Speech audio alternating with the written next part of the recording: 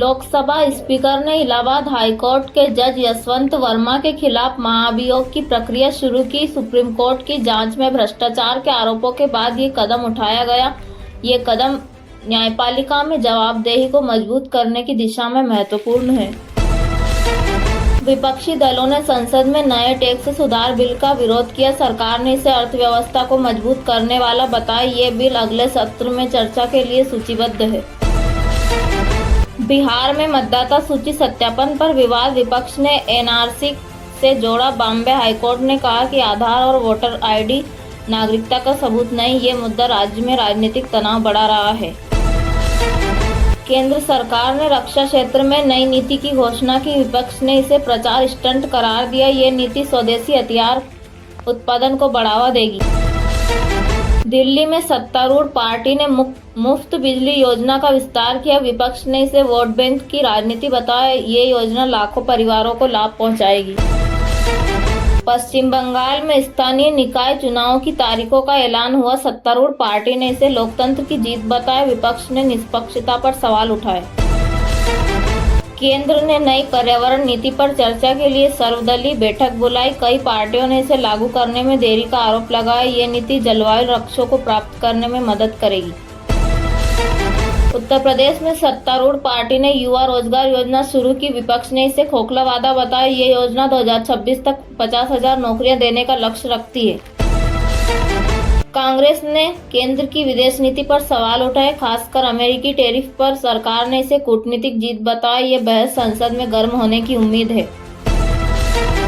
केंद्र ने digital governance को बढ़ावा देने के लिए नया पोर्टल लॉन्च किया। विपक्ष ने इसे तकनीकी खामियों से भरा बताया। ये पोर्टल नागरिक सेवाओं को आसान बनाएगा।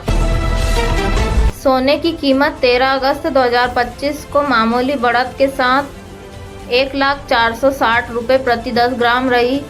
वैश्विक बाजार में स्थिरता और त्योहारी मांग ने कीमतों को समर्थन दिया। निवेशक अब सतर्कता के साथ खरीदारी कर रहे हैं। चांदी की कीमतें 1,14,780 प्रति किलोग्राम तक पहुंची। 0.75% की वृद्धि दर्ज की गई। औद्योगिक मांग और निवेशक रुचि ने कीमतों को बढ़ाया। यह वृद्धि त्योहारी सीजन में और तेजी हो सकती है। जुलाई 2025 में खुदरा महंगाई दर 1.55% तक गिरकर 8 साल के निचले स्तर पर पहुंची। खाद्य और पेय पदार्थों की कीमतों में कमी इसका मुख्य कारण रही। बेरोजगार दर शहरी क्षेत्रों में 7.8% पर स्थिर रही। सरकारी आंकड़ों के अनुसार नई स्किल डेवलपमेंट योजनाएं शुरू की गई। युवा अब तकनीकी क्षेत्रों में अवसर तलाश रहे हैं।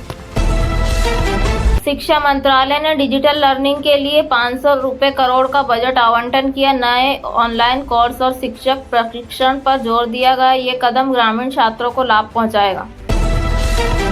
भारत ने अमेरिका के साथ 25% टैरिफ विवाद पर कूटनीतिक चर्चा तेज की। दोनों देशों ने व्यापार समझौते पर सहमति की संभावना जताई। ये कदम भारत के निर्यात को बढ़ावा देगा। मौसम विभाग ने मुंबई में भारी बारिश की चेतावनी जारी की। स्थानीय प्रशासन ने बाढ़ प्रबंधन की तैयारियां शुरू की। नागरिकों को सतर्क रहने की सलाह दी गई।